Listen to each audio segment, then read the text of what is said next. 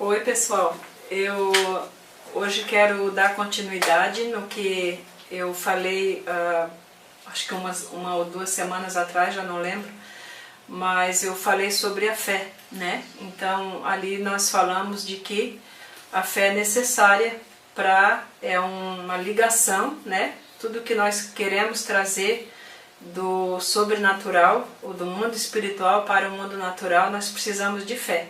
É uma ponte, é uma ligação. Tem várias maneiras como a gente pode ver isso, né? Como o próprio Deus usou, teve fé. Ele teve fé naquilo que ele estava falando, teve fé para trazer do sobrenatural para o natural. A fé começando com Deus. Então nós falamos que a fé, né, ela vem de Deus. Jesus é o autor e consumador da fé. Quer dizer, o negócio de fé começou com ele, né? Ele que criou esse caminho em nós e entre nós e ele para trazer o reino dele até nós. Enfim, e hoje eu tinha pensado em falar sobre falta de fé, mas orando a Deus eu entendi assim, o Espírito Santo me lembrou que é importante a gente fazer uma distinção entre o que é falta de fé e o que é incredulidade. Então hoje eu quero focar o assunto da incredulidade, né? Que muita gente se sente culpado às vezes quando não tem fé e força um tipo de fé, tipo, tô curado, vai dar certo, vai dar certo, vai dar certo. São várias coisas que a gente faz porque tem medo de confessar muitas vezes que está precisando de mais fé, né? A falta de fé é um exemplo bem simples assim, é tipo, eu quero ir até São Paulo e preciso de uma quantia de dinheiro para chegar lá, vou de ônibus ou vou comprando as passagens e chega lá, no meio do caminho eu não tenho mais dinheiro, né? Para seguir a viagem, faltou dinheiro. Então a mesma coisa é com a falta de fé. Muitas vezes a gente começa e por um motivo entra a falta de fé, como nós falamos, né, a vez anterior, vem a dúvida, vem o medo, que nos leva a ver que faltou a fé. Mas aí tem uma diferença, a incredulidade. A incredulidade ela é vista como um pecado, e se não houver arrependimento, não acontece a mesma graça que acontece com aquele que faltou a fé e que pede mais para Deus, né? Que é o caso daquele pai que pede para Jesus, me ajuda na minha falta de fé. A incredulidade, ela nos separa de Deus, né? nos separa da graça de Deus, e eu quero então compartilhar alguns versículos onde isso aconteceu. Diz ali é um versículo bastante conhecido, né? Que Jesus chega em Nazaré e diz ali no capítulo 6, no versículo 5 e 6, não pôde fazer ali nenhum milagre, senão curar uns poucos enfermos impondo-lhe as mãos. Admirou-se da incredulidade deles. Então, Jesus chega nesse lugar, o mesmo Jesus que tinha feito milagres em Cafarnaum e em outros lugares, aqui nesse lugar Jesus não pôde, foi impedido de fazer algum milagre, né, de fazer milagres. Por quê? Porque o próprio Jesus se admirou da incredulidade deles, do tamanho da incredulidade. E o que levou eles a essa incredulidade? Foi uma decisão de não crer. Por quê? Porque eles não aceitaram. Eles esperavam o Messias, esse povo aqui sabia quem era o Messias é o ungido de Deus, o escolhido de Deus, o Filho de Deus. Mas eles não aceitaram que esse Jesus, porque eles conheciam e ele era uma pessoa comum, ele nasceu ali se criou naquele lugar, né? Ia na sinagoga todos os sábados, e era filho de José e de Maria, né? E era carpinteiro, quer dizer, ele fazia casas por ali, e eles disseram, não pode, não dá para acreditar, que não aceitaram, né, que nós conhecemos as irmãs dele aí, conhecemos os irmãos, quer dizer, são gente comum, são igual a nós, então por que nós vamos acreditar que nesse Jesus tem alguma coisa aí especial para curar ou para fazer milagres? Então eles ficaram, por causa desse problema, eles se fecharam para receber, se fecharam para obedecer, né? Jesus muitas vezes, muitas não, eu não conheço, não quer dizer que não está na Bíblia, que eu não conheço ela toda, né? Mas eu não conheço nenhuma vez que Jesus, junto com a cura, não tenha dado uma ordem, né? Por exemplo, tem uma cura ali daquela mulher com calombo, né? Pelo meu entendimento, essa mulher está na mesma sala ou no mesmo local, mas assim mesmo Jesus diz, vinde a mim, quer dizer, nem que fosse um passo, ele dava uma ordem para que a pessoa fizesse alguma coisa, obedecesse, né? De alguma maneira. Então, Jesus não fez milagres, e se dissesse para um desses aqui, olha, botasse um barro, por exemplo, nos olhos e agora vai, caminha até lá e lava os olhos, eles não teriam ido, não teriam dado bola, não teriam obedecido. Aí Jesus curou algumas pessoas com a imposição de mãos, quer dizer, com a fé dele, né? Deu para curar alguns ali só com imposição de mãos, e mais do que isso não deu para Jesus prosseguir. Então nós vemos aí essa decisão clara do pessoal, né, que não quiseram crer. E aí depois tem mais alguns versículos na Bíblia onde a gente pode entender melhor essa incredulidade.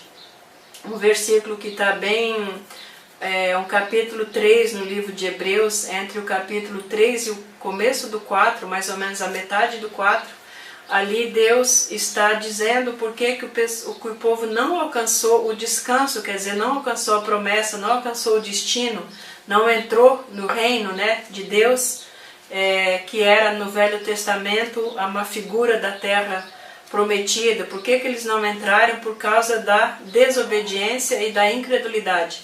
Então nós vamos ver que a incredulidade e a desobediência, elas andam juntos, assim como a obediência e a fé andam juntos, né? Como para nós exercermos a fé, precisamos sempre dar um passo.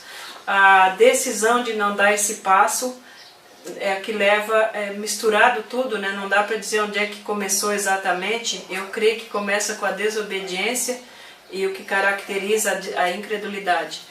Mas ali, tanto no versículo de Hebreus, e tem um que é um pouco mais curto, né, que vocês podem ler, é o Salmo 95. Ali no Salmo 95, onde nós somos animados, né, a louvar a Deus, pelo salmista, a louvar e adorar Ele, dizendo que porque Ele é o pastor, nós somos ovelhas debaixo das suas mãos, Ele cuida de nós, Ele é o bom pastor. Diz ali, né, que esse povo, vendo as obras de Deus, vendo o cuidado dele, durante 40 anos esteve desgostado com esta geração e disse a povo de coração transviado, não conhece os meus caminhos. Por isso, né, que Deus jura que eles não iam entrar no descanso, não iam alcançar a promessa. E o que aconteceu com esse povo, né? Esse acontecimento fatal, onde nós podemos ver o que o povo fez para ter desagradado a Deus, né? Lembrando que lá no livro de Hebreus, a Bíblia diz que sem fé é impossível agradar a Deus. Então, quando não agrada a Deus, Deus não faz nada forçado, né? Ele faz aquilo que agrada a Ele, que anima Ele, que Ele tem prazer em fazer. O que eles fizeram? Está em Êxodo 17, está toda a problemática. Eles chegam em Meribá, nesse lugar, eles tinham a promessa, tinham o testemunho, né?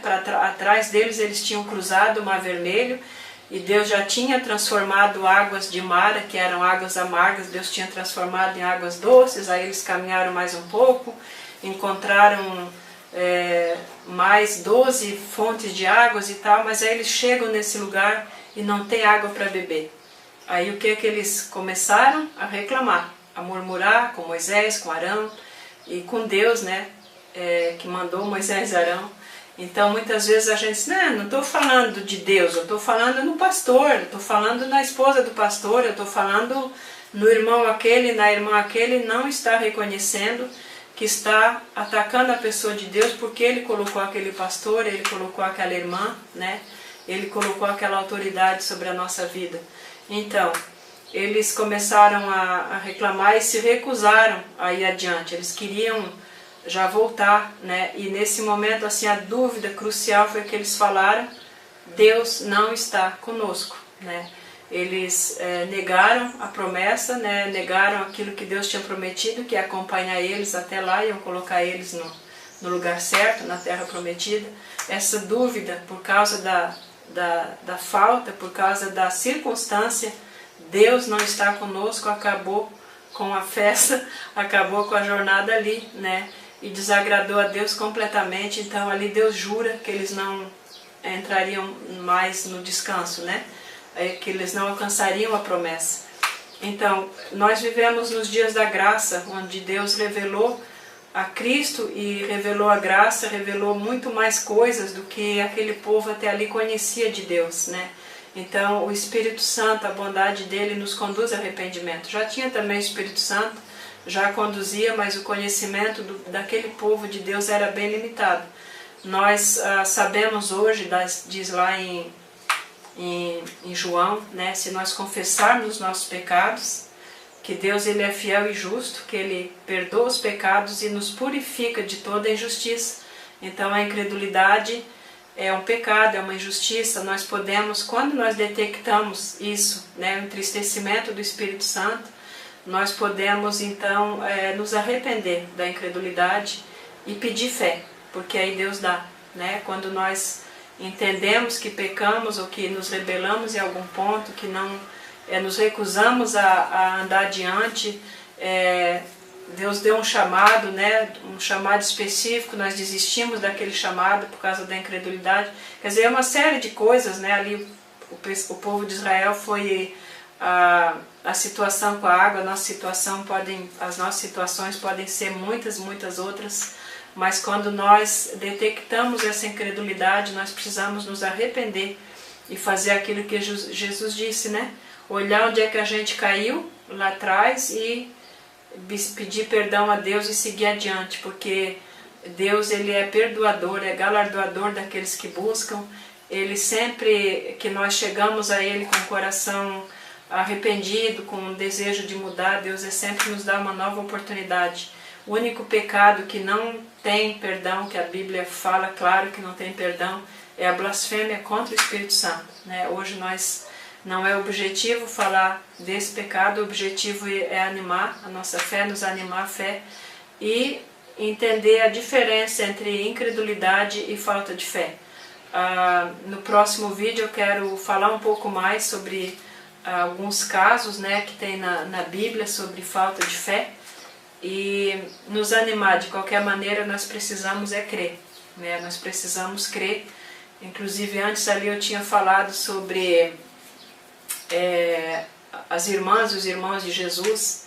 A Bíblia relata por alguns versículos que os irmãos de Jesus, durante a vida de Jesus, né, durante aqueles 3 anos mesmo de ministério, eles não criam nele. Pelo menos fala do mais velho, que é o Tiago, que chegou até a ir buscar Jesus uma vez na casa onde ele estava, querendo levar ele para casa. Ele era o mais velho depois de Jesus. Então quando Jesus sai para o ministério, ele ficou na responsabilidade pela Maria e pelos outros. E ele vai até mesmo a Maria, teve um momento de falta de fé, né? A Maria teve um momento assim de pecado, digamos assim, ou de ter tropeçado num ponto, né? Nisso a Bíblia mostra que ela não ficou totalmente sem pecado, ela também teve um momento de dúvida sobre a pessoa de Jesus. Mas o que tem de bom nisso é que eles se arrependeram e mudaram. Então o Tiago, esse irmão de Jesus, escreve uma das epístolas antes de Apocalipse, e o outro irmão dele escreve também uma outra carta, muito tremenda, as cartas deles, que mostram um arrependimento e a volta da incredulidade, da falta de fé para a fé. Então, continue me acompanhando, ainda vou fazer mais 1 ou 2 nesse assunto fé. É o que nós precisamos completamente, precisamos de fé, do amor e da fé, para receber as promessas, ok?